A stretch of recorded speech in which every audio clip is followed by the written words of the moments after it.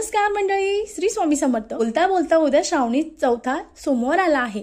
अनेकांनी व्रत वैकल्य पूजा केली आहे। भगवान शंकराचा आपल्यावर अखंड वरदहस्त राहावा यासाठी अनेकांनी विधिवत पूजन केलं आहे। व्रत वैकल्य जप तप केला आहे।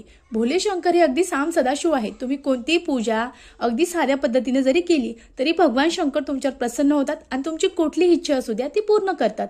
अहो मंडळी, उद्या जो श्रावणी सोमवार आला आहे, उद्या शिवामूठ कोणती अर्पण करायची, जी पूजा आहे ती कशी करायची, अगदी साध्या आणि सोप्या पद्धतीने मी तुम्हाला सांगणार आहे। नमस्कार मंडळी, मी तृप्ती, तुम्हा सर्वांचं माझ्या चॅनलमध्ये खूप खूप स्वागत आहे।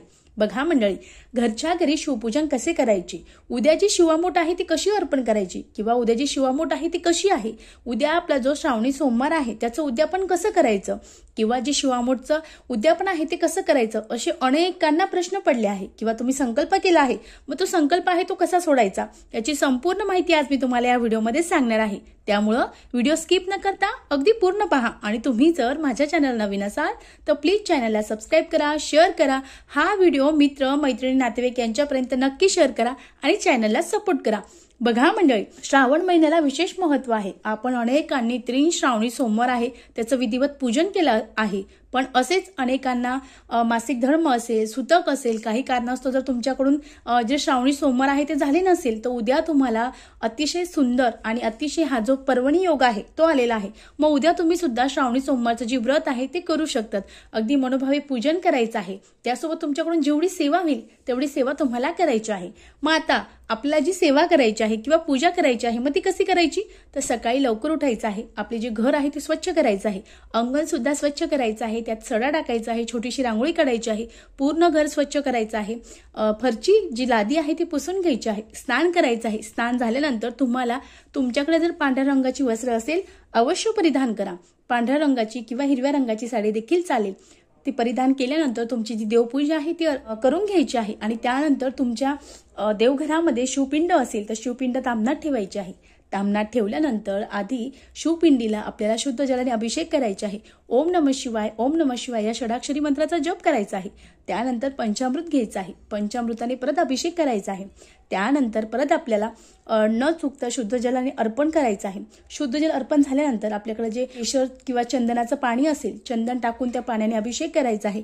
परत शुद्ध जल घ्यायचं आहे आणि परत शुद्ध जलाने अभिषेक करायचा आहे। ओम नमः शिवाय, ओम नमः शिवाय या षडाक्षरी मंत्राचा जप तुम्हाला चालू ठेवायचा आहे। त्यानंतर पुन्हा आपली जी शिवपिंड आहे तिला पाण्यातून किंवा ताम्हणातून काढायचं आहे, स्वच्छ पुसायचं आहे। त्यानंतर आपण जे ताम्हण घेतलं ते ताम्हण आपल्याला स्वच्छ ठेवून द्यायचं आहे। त्यानंतर आता हा श्रावणी चौथा श्रावणी सोमवार आहे। या सोमवारी आपल्याला अनेक जणांना जेवढी सेवा आपल्याकडून तेवढी सेवा आपल्याला करायची आहे।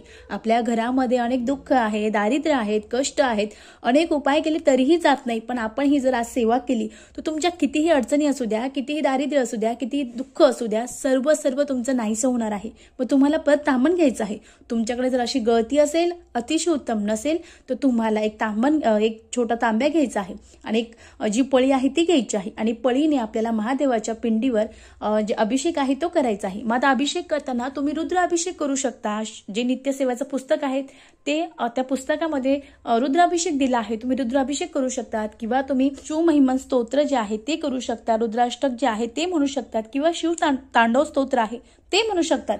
तुम्हाला काहीच नाही आलं तर तुम्ही महामृत्युंजय जे जप आहे तो करू शकतात। तो येत नसेल तुम्ही ओम नमः शिवाय, ओम नमः शिवाय, ओम नमः शिवाय या षडाक्षरी मंत्राचा जप तुम्हाला करायचा आहे आणि आपल्याला भोले शंकराच्या शिवपिंडीवर जल अभिषेक करायचा आहे। याने सुद्धा अनेक अनेक अनेक त्रास असू द्या, असह्य आजार असू द्या, जीवनात काही कष्ट असू द्या, सर्व दूर होणार आहे। अतिशय साधा पण अतिशय प्रभावी हा उपाय आहे। उद्या तुमच्याकडून जेवढी सेवा होईल तेवढी सेवा तुम्हाला करायची आहे। त्यानंतर जल अभिषेक करायचा आहे। परत आपल्या जे तांबण आहे ते तांबणातून शिवपिंड काढून घ्यायची आहे। शिवपिंड काढल्यानंतर तिला स्वच्छ पुसून घ्यायचं आहे।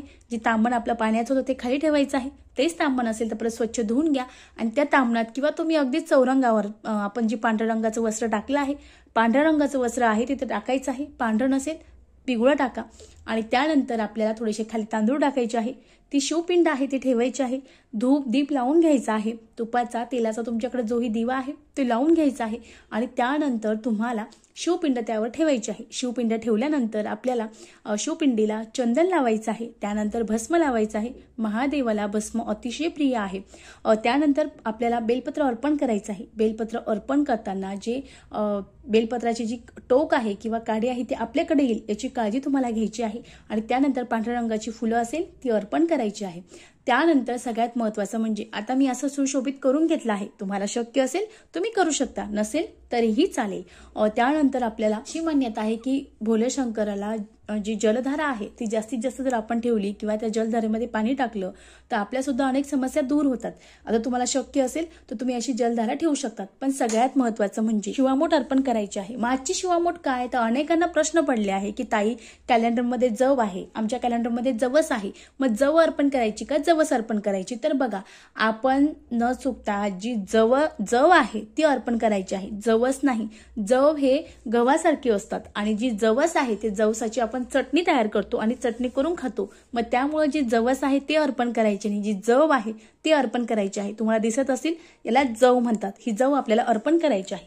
मग आपल्याला आपल्या उजव्या हातामध्ये थोडीशी जव आहे ती घ्यायची आहे. त्यानंतर त्याला थोडंसं पाणी टाकायचं आहे. ती जव ओली करायची आहे आणि महादेवाला आपल्याला 4 बोटं पूर्ण बंद करून आणि जो अंगठा आहे तो आकाशाच्या दिशेने करून आपल्याला शिवामोठ अर्पण करायची आहे. शिवामोठ अर्पण करताना आपल्याला शिवा शिवा महादेवा माझी मूठ ईश्वरा देवा, शिवा शिवा महादेवा माझी मूठ ईश्वरा देवा, शिवा शिवा महादेवा माझी मूठ ईश्वरा देवा असं 3 वेळेस म्हणायचं आहे. आणि 3 वेळेस तुम्हाला जी शिवामूठ आहे ती अर्पण करायची आहे. त्यानंतर तुमच्याकडे जर वस्त्रमाळ असेल पांढऱ्या रंगाची ती अर्पण करू शकतात.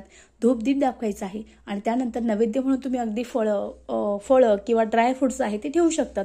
आणि त्यानंतर तुम्हाला विधिवत नमस्कार करायचा आहे. बघा, अगदी साध्या सोप्या पद्धतीने आपल्याला घरच्या घरी जी शिवामूठ आहे ती अर्पण करायची आहे. आपल्याला चुकू नये जी जवस आहे ती अर्पण करायची नाही, जव आपल्याला अर्पण करायची आहे ही लक्षात ठेवा. अगदी आपल्या आजूबाजूला कुठेही जे पूजेचं साहित्य भेटतं त्या ठिकाणी आपल्याला जी जव आहे ती मिळून जाणार आहे. तुम्हाला जव आणायची आहे आणि ती अर्पण करायची आहे.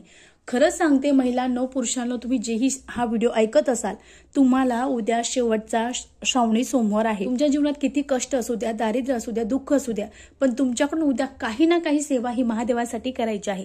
कारण महादेव हे अतिशय भोळे आहेत. आपण कोणतीही सेवा करा, कोणतीही पूजा अर्चा करा, याचं फळ आपल्याला महादेव नक्कीच देत असतात. मग उद्या कोणत्या सेवा करायच्या? तुमच्याकडून शिवलीलामृतचं पूर्ण पारायण झालं, अतिशय उत्तम. नाही झालं, ठीक आहे.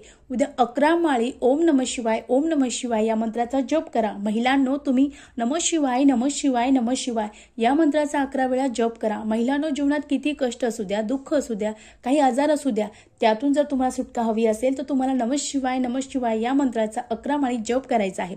त्यानंतर तुम्हाला वेळ भेटतच नाही, रुद्राभिषेक करू शकत नाही, करण्याची इच्छा आहे, मग तुम्ही उद्या अगदी तुम्हाला जेव्हाही वेळ भेटेल, अगदी सकाळी 3:30 अगदी ब्रह्ममुहूर्तापासून तर तुम्ही अगदी रात्री 12 पर्यंत तुम्ही ही सेवा कधीही करू शकता.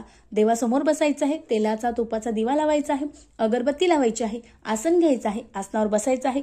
पण सर्वात प्रथम आपल्याला स्नान किंवा शक्य असेल तर हातपाय धुवून स्वच्छ धुतलेले कपडे घालून बसायचं आहे. त्यानंतर आपल्याकडं शिवलीलामृत पोथी आहे, त्या पोथीतली 11वा अध्याय जो आहे त्याचं वाचन करायचं आहे. आपण जर उद्या 11वा अध्यायाचं वाचन केलं तर आपल्याला पूर्ण रुद्राभिषेक केल्याचं पुण्य भेटतं आणि महादेव तुमची जी इच्छा आहे ती लवकरात लवकर पूर्ण करता. अगदी 15 किंवा 20 मिनिटं तुम्हाला लागणार आहे, पण अतिशय सुंदर ही प्रभावी सेवा आहे, ही तुम्हाला करायची आहे. बघा, आणि यासोबतच तुम्हाला जितकं तुमच्याकडून सेवा होईल तेवढी करा. तुमच्या आजूबाजूला शिवालय असेल, शिवमंदिर असेल, शिवमंदिरात अगदी तुम्हाला 1 लोटा जल, त्यात कच्चं दूध घेऊन 1 बेलपत्र 1 फूल घेऊन जायचं आहे आणि तिथे जाऊन ते महादेवाला अर्पण करायचं आहे. शक्य झाल्यास घरी ते तीर्थ आणायचं आहे. तुमच्या पिण्याच्या पाण्यात, माठात किंवा तुमचा जो हंडा असेल त्यात टाकायचा आहे किंवा घरी जर कोणी घेतलं ते घ्यायचं आहे. घरात नकारात्मक ऊर्जा असेल, पूर्ण आजूबाजूला जे तीर्थ आहे ते शिंपडून द्या. याने सुद्धा तुमच्या घरातील भूत, पिशाचं, करणी काही असेल किंवा सतत आजारपण असेल ते सुद्धा दूर होणार आहे. आपल्याला न चुकता अगदी हे साधे आणि सोपे उपाय करायचे आहे.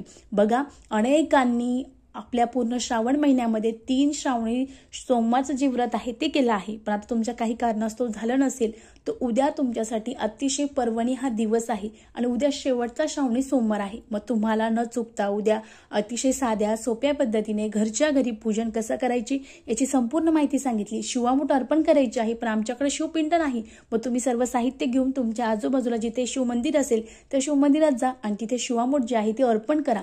आता श्रावणी सोमवारचं जे उद्यापन आहे ते कसं करायचं तर बघा, अनेकांनी पहिल्या दिवशी जर श्रावणी सोमवारचा उपवास केला होता किंवा व्रत केलं होतं तेव्हा अनेकांनी जे संकल्प आहे तो केला होता की मी तृप्ती मी तुमचे हे श्रावणी सोमवारचे 4 व्रत आहे किंवा उपवास आहे ते करणार आहे, तुम्ही माझी मनोवांछित इच्छा जी आहे ती पूर्ण करा असं म्हणून आपण संकल्प सोडला होता। तर तुम्हाला परत हातात पूर्ण पूजा झाल्यानंतर देवाजवळ बसायचं आहे, 2 पळी हातात पाणी घ्यायचं आहे। त्यानंतर मी तृप्ती मी तुमचे या 4 सोमवारचं जे व्रत आहे ते पूर्ण केलं आहे, तुम्ही जी माझी इच्छा आहे ती पूर्ण करा, तुमचा अखंड कृपाहस्त माझ्यावर ठेवा असं म्हणून जे तामनाथ संकल्प आहे पाणी आहे ते सोडून द्यायचं आहे आणि अशा प्रकारे तुमचा जो संकल्प आहे तो तुम्हाला सोडायचा आहे। अगदी साध्या सोप्या पद्धतीने तुम्हाला अगदी घरच्या घरी संकल्प कसा सोडायचा यासोबत शिवामूठचं उद्यापन असतं ते कसं करायचं यासाठी मी दुसरा व्हिडिओ तयार करणार आहे, तो नक्की बघा। व्हिडिओ कसा वाटला, चॅनलला नवीन असाल तर सबस्क्राइब करा, शेअर करा। परत भेटू एका नवीन व्हिडिओमध्ये। श्री स्वामी समर्थ। धन्यवाद।